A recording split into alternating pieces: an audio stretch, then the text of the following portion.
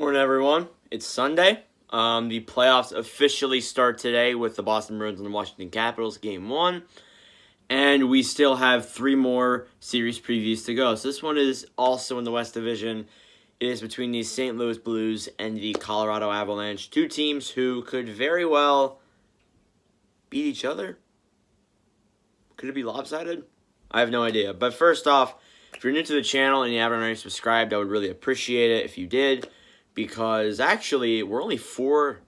We're down the one hand here. We're actually only 4 subscribers away from 800. It would be amazing if we can make it there in the next couple of days. It's been a gradual uprise in views and likes and subscribers altogether. I think I've really kind of made my platform, I guess, relevant again.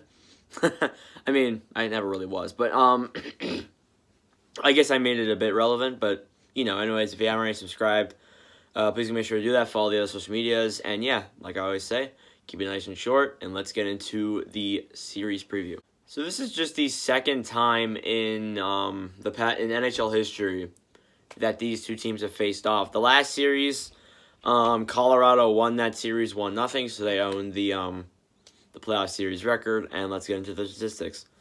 Mikko Rantanen. No one's really talking about him. You always talk about how Mckinnon is doing well and how, Makar is there and there's a couple other guys you bring up. But I never really see anyone talking about Mikko Rantanen. And Rantanen leads the team with 66 points and 30 goals. A 30-goal scorer. He's really proved that to us. And he's another one of those solid depth guys in Colorado, and he's been putting up very good statistics this season. Nathan McKinnon as well as that with 45 assists. He's been great as well. He was day-to-day before the playoffs, but I think he's back from injury, so he should very well be ready to go. I could have that wrong, but I'm pretty sure that he is A-okay coming back, and he's been very well this season. Philip Grubauer as well as that with a 1.95 goals against average. That is amazing. Below a 2 goals against average is kind of a rare thing in the NHL. You don't see that very often. So I got to give props to Grubauer for accomplishing that. That's great for him. But he was injured for a little bit. So we are going to see what the playoffs have in store for, Grubauer. Back last year, I think Grubauer was out for the playoffs. So now that they have Grubauer back, does that get them over the hump? Because I remember last season they played with Francouz and Hutchinson for a while there. And, in that series against Dallas, that was great. That was probably one of the best series I've ever seen. But, Dallas won it, and one of the problems could have been the goaltending. So maybe if Grubauer is on this team now, could that get them over the hump? Absolutely possible. On the St. Louis side, David Perron leads with 58 points. He also leads on the assist marker with 39. He's had a great season. No one's really talking about him either. It's just like you hear the common guys. Jordan Binnington comes to mind. Ryan O'Reilly. A lot of other guys on that list. But David Perron never really comes to the first person on a lot of, neutral, average hockey fan minds. So, but I think Perron's had a great season for himself, and he's really proved himself as a solid top 6 forward in St. Louis the past couple of years. Ryan O'Reilly, speaking of him, he leads with 24 goals in his first season as a captain. He was having problems throughout the season with getting penalties and the struggling of goal scoring, but he's really picked it up, and he's scored 24 for his club. And then there's Jordan Binnington with a 2.65 goals against average. He's been pretty good for St. Louis. He was looking a bit, how do I word this?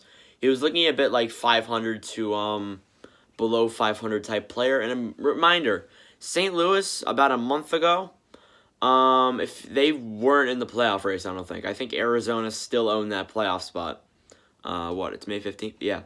So around now, was when they started coming back and they started rebounding for that 4th spot.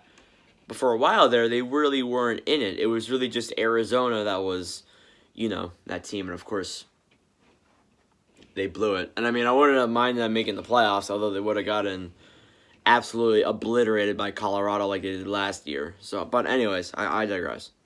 So, with this team that was, struggling earlier, and they rebound, they come back, and they get that 4th spot, they got to have at least some momentum coming into the playoffs. And I think Colorado will definitely have some momentum too. They don't want to prove that this President's Trophy that they received is a curse. They don't want to prove that because we remember Tampa last year, and did Boston win it the year before? I mean, Boston went further than Tampa, but still, yeah, it's pretty lethal when it comes to the President's Trophy. So they're gonna want to prove that it's not a curse. And the records between these two teams over the season is 4-2 Colorado, but St. Louis won the last 2 games. St. Louis was playing extremely well for the better half of this series there. And, I mean, that was when they were in it. They were in it to win, and they were beating Colorado many, many times, and that's how they clinched. So I think that St. Louis will have a lot of momentum heading into this. Colorado will as well. Colorado is pretty healthy right now. I don't think they have that many injuries, or actually I don't think they have any at all. So I think that this team, look at them coming in here, I think they're going to have a lot of energy and a lot to prove. They want to get past at least round 2, because that's where they've been for the past 2 years. So we'll see what happens. Let me know, you guys, your winners in the comments below. I know a lot of people are going to pick Colorado. I think I did as well. But you know what? Don't be surprised if St. Louis wins it, because we can always predict, like, oh, they're going to win it. Oh, no, they're going to win it. Oh, no, they're going to win it. We can always predict. We can predict all we want. But you know what? We won't know until the playoffs. Anything can happen. So thank y'all for watching, for all your support, and I will see you guys in the next video, which will be, I don't know. Tonight we'll make the review for the Caps game, and then we'll do the North Division previews tomorrow and Monday. So thank y'all for watching, and I'll see you guys in the next video.